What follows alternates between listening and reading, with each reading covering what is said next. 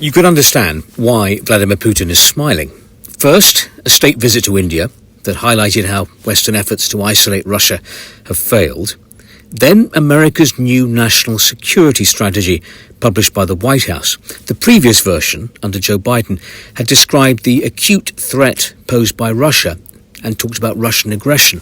This updated document has much softer language about Russia and accuses the European Union of trying to undermine political liberty and sovereignty. This morning's Russian papers are loving it. The government paper Rossiyskaya Gazeta welcomes Russia's removal from the list of threats and calls it a revolutionary document. Komsomolskaya Pravda sums up Washington's message as Moscow's no longer our enemy. Trump has sharply changed his foreign policy priorities.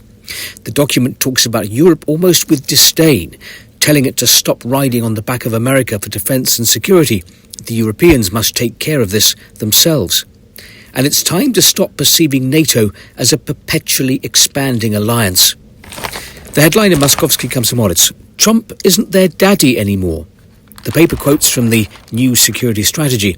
The Trump administration finds itself at odds with European officials who hold unrealistic expectations for the Ukraine war, perched in unstable minority governments, many of which trample on basic principles of democracy to suppress opposition.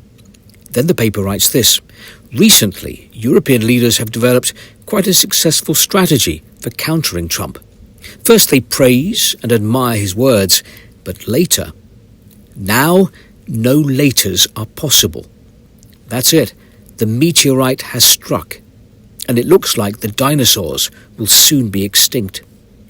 Kommersant points out that the new NSS promises that the US will play a more active role in the political affairs of the continent, including by cultivating resistance to Europe's current trajectory within European nations. Finally, the strategy notes that the Europeans are hindering efforts to end the war in Ukraine. Now, of course, throughout the year, from time to time, we've heard US officials make comments like this. But now it's set down in a document, in a strategy, and one which has clearly gone down well with the Kremlin.